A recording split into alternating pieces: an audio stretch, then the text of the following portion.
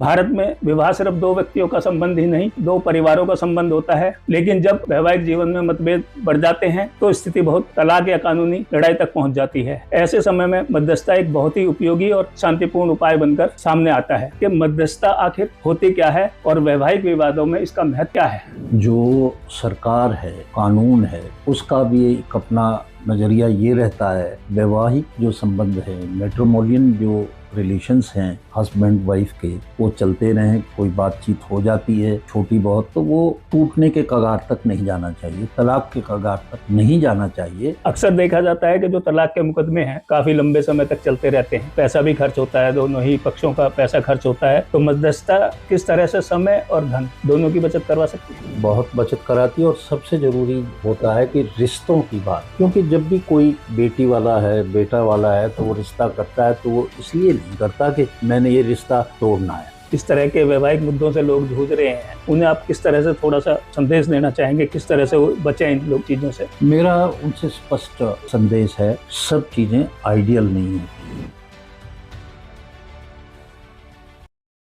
नमस्कार दोस्तों, स्वागत है आपका हमारे एक खास कार्यक्रम में। आज हम एक बहुत ही संवेदनशील और महत्वपूर्ण मुद्दे पर चर्चा करने जा रहे हैं, वैवाहिक संबंधों में विघटन और मध्यस्थता। और हमारे साथ जुड़े हुए हैं बहुत ही सामाजिक और कानूनी मसलों के कुशल विश्लेषक advocate Shri G S Awana ji. नमस्कार दोस्तों, भारत में विवाह सिर्फ दो व्यक्तियों का संबंध ही नहीं, दो परिवारों का संबंध होता है। लेकिन जब वैवाहिक जीवन में मतभेद बढ़ जाते हैं तो स्थिति बहुत तलाक या कानूनी लड़ाई तक पहुंच जाती है। ऐसे समय में मध्यस्थता एक बहुत ही उपयोगी और शांतिपूर्ण उपाय बनकर सामने आता है।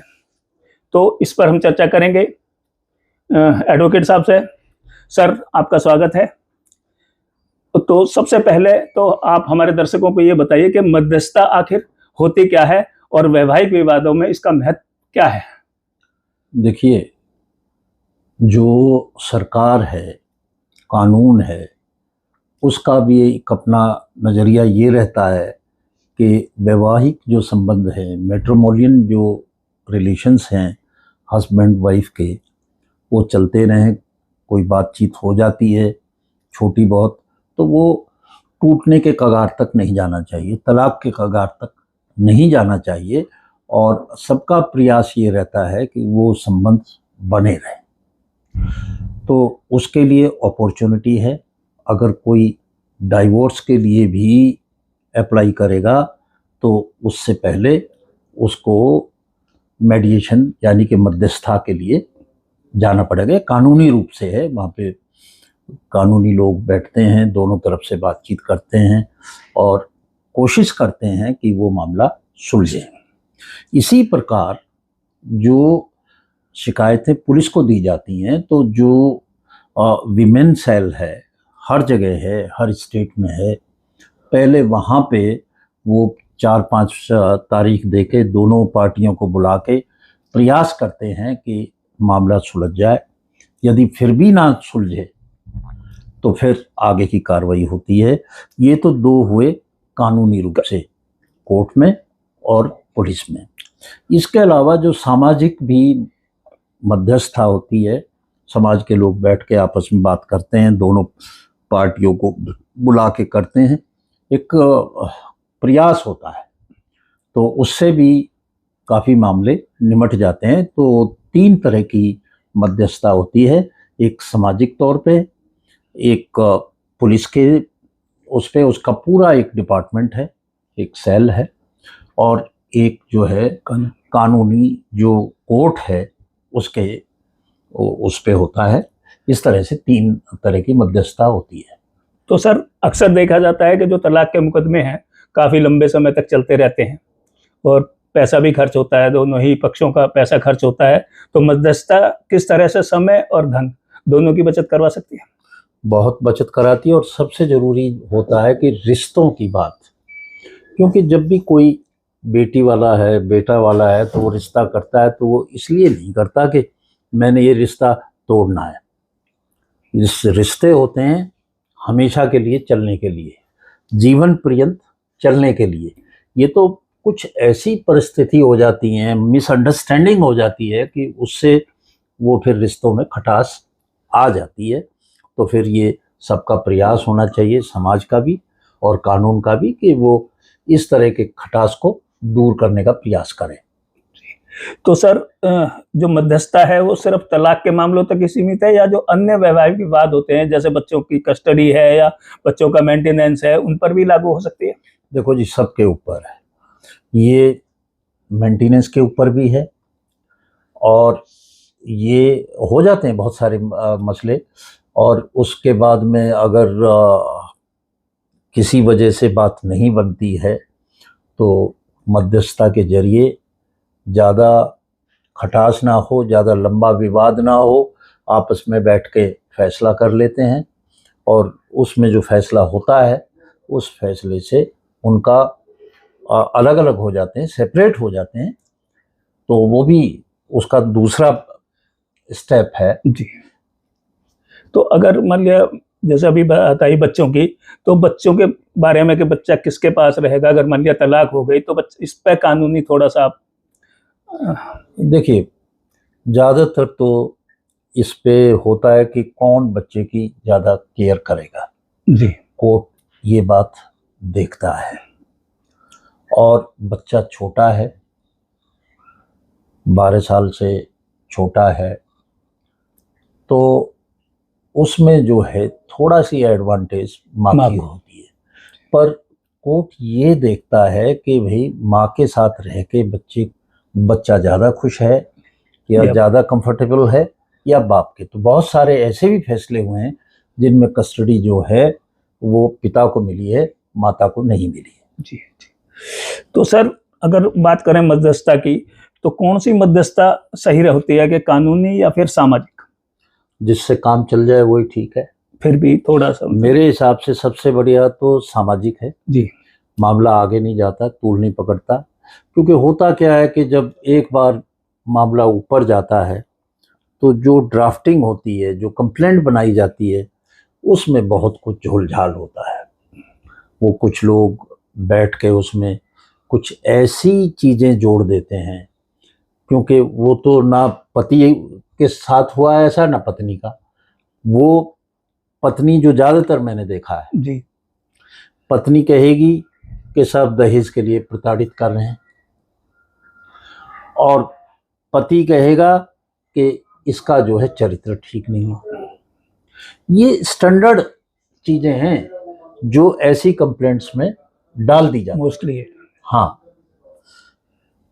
तो सर मैं अगर बात करूं, अंत में जो इस तरह के वैवाहिक मुद्दों से लोग जूझ रहे हैं, उन्हें आप किस तरह से थोड़ा सा संदेश देना चाहेंगे, किस तरह से वो बचें इन लोग चीज़ों से?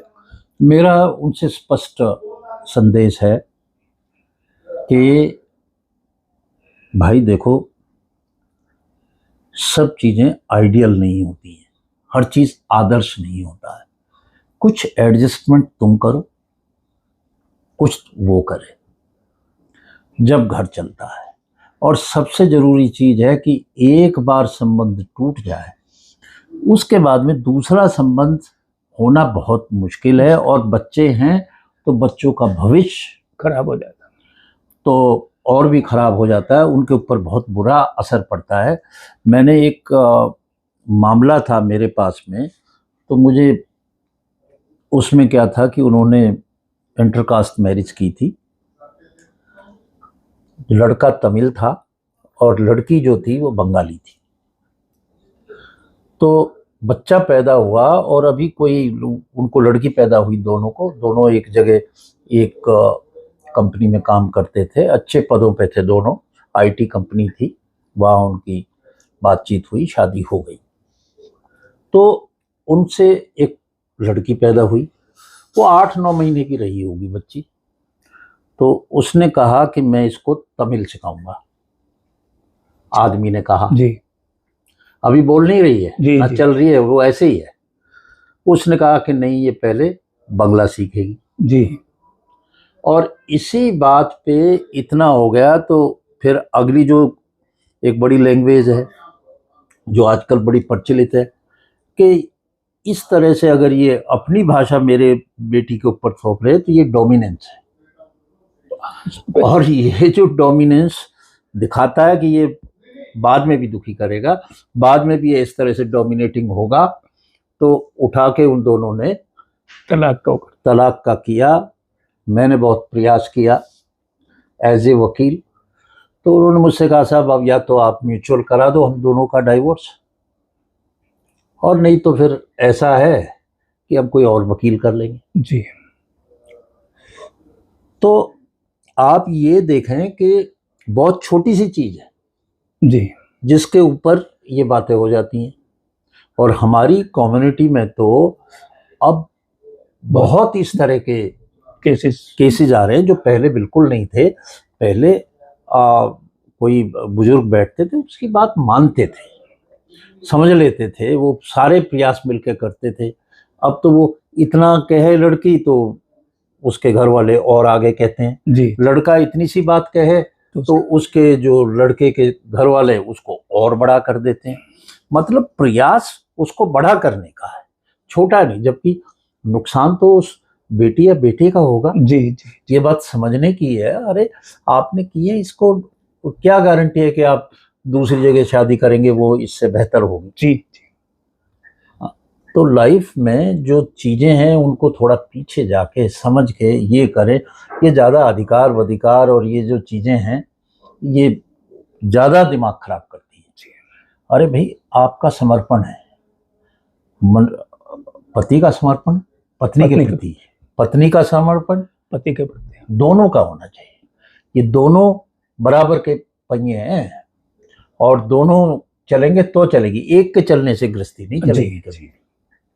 तो सर अगर ऐसा लगता है कि हमने भी देखा है तो कहीं जो मध्यस्थता है, जो मध्यस्थता लोग कर रहे हैं, क्या वो दबाव बनाने की कोशिश करते हैं कि भाई इस तरह से करो, इस तरह से करो, या दोनों पक्षों पे इस तरह का दबाव बन जाए वो सही निर्णय ले ही नहीं पाते? देखो इस बारे में आप। होता तो ये है कि मध्यस्थता में कुछ तो गड़बड़ होती है कई बार, कि जो उसके पंच हैं वो पहले डिसाइड कर लेते हैं कि मैं किस साइड का हूँ। जी। पहले ऐसा नहीं होता था, अब ये होता है कि वो अपने ढंग के पंच बुलाता है, वो दूसरी पार्टी अपने ढंग का बुलाती है और वो बैठ के उनकी बातें करते हैं, जबकि पंच को दोनों बात सुन के जो सही है वो करनी चाहिए। ऐसा नहीं है, पहली बात। फिर जब वो पार्टी बन जाते हैं तो मैंने तो यहाँ तक देखा कि उनके खिलाफ मुकदमे दर्ज होते हैं। जी। मुकदमे दर्ज होते हैं। और एक और घटिया बात आ गई है जी, और वो घटिया बात ये है कि रिकॉर्डिंग कर लेते हैं।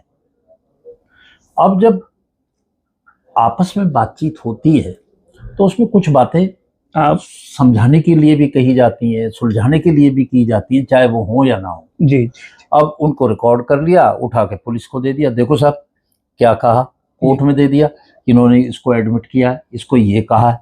तो आदमी भी डर के बैठा हुआ होता है वहाँ पे कि मैं बात करूं टेलीफोन पे या मैं बात वहाँ पे करूं मध्यस्थता में बीच में या ना करूं, क्योंकि उसका गलत फायदा उठाया जाता है। जी।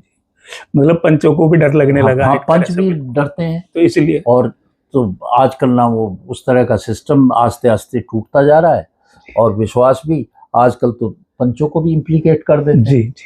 तो खाप पंचायतें क्या कहेंगे आज के उसमें? अगर देखिए खाप पंचायत का भी वही हाल है।